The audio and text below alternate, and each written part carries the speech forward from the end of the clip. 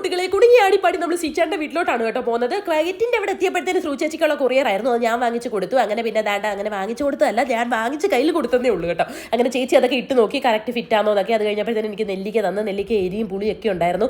ആദ്യം കഴിച്ച പറഞ്ഞില്ല. അത് കഴിഞ്ഞപ്പോൾ നെഞ്ചിൽ നിന്ന് ഇറങ്ങിപ്പോകുന്നത് എനിക്ക് അറിയാൻ പറ്റി. സൂചേച്ചി സൈഡിൽ നിന്ന് നഖംവെട്ടലായിരുന്നു. അത് കഴിഞ്ഞപ്പോഴത്തേന് നാസറണ്ണൻ്റെ പി വിളി കേട്ടു. അതായത് മീനാണ് കേട്ടോ. നമ്മൾ മാത്രമല്ല മീന് വേണ്ടി ഓടി വരുന്നത്, ഇതുപോലെ കുറച്ച് കുഞ്ഞു പൂച്ചകളും കൂടെ ഓടി വരും. അവർക്കെല്ലാം മീൻ ഇട്ട് കൊടുക്കും കേട്ടോ. അങ്ങനെ എല്ലാവർക്കും മീൻ കൊടുത്തു കഴിഞ്ഞ് ലാസ്റ്റാണ് ഞാനും അമ്മയും കൂടെ മീൻ വാങ്ങിക്കുന്നത്. അങ്ങനെ ഞാൻ വാങ്ങി കാരൽ, അമ്മ വാങ്ങിയില്ല. അങ്ങനെ കാരലെല്ലാം എടുത്ത് വെയിലത്ത് നിൽക്കണ്ടെന്ന് പറഞ്ഞ് ഞാൻ ഊട്ടി പെരക്കകത്തോട്ട് പോവുകയാണ്. അങ്ങനെ പൊയ്ക്കൊണ്ടിരുന്നപ്പോഴാണ് നമ്മുടെ ടൈഗർ അവിടെ നിന്ന് വിളിച്ചത്. ഇനി ടൈഗർ മീൻ്റെ മണം കേട്ടിട്ടാണോ അതോ എന്നോടുള്ള സ്നേഹം കൊണ്ടാണോ എന്ന് എനിക്ക് അറിയാൻ പാടില്ല. എന്തായാലും ടൈഗറിൻ്റെ അടുത്ത് നിന്ന് കൊഞ്ചിച്ചുകൊണ്ട് നിന്നപ്പോഴത്തേന് അമ്മ വന്നു. അങ്ങനെ ഞങ്ങൾ പാക്കിൻ്റെയും കാക്കിൻ്റെയും ഒക്കെ കണക്ക് പറഞ്ഞു. അങ്ങനെ ആ പാക്ക് പിടിച്ചിരിക്കുന്നുണ്ടോ, കൊലയായിട്ട് ആർക്കെങ്കിലും മുറുക്കണമെങ്കിൽ ഇങ്ങോട്ട് വന്നാൽ മതി, ഇവിടെ ഇഷ്ടംപോലെ പാക്കുണ്ട്. അത് കഴിഞ്ഞപ്പോഴത്തേന് ചേച്ചി എന്നോട് പറഞ്ഞു. അങ്ങനെ പിന്നെ അവിടുത്തെ ടാറ്റ ബൈ ബൈ സി ഒക്കെ പറഞ്ഞിറങ്ങി. അപ്പോൾ അത്രേ ഉള്ളൂ. Tata bye bye C.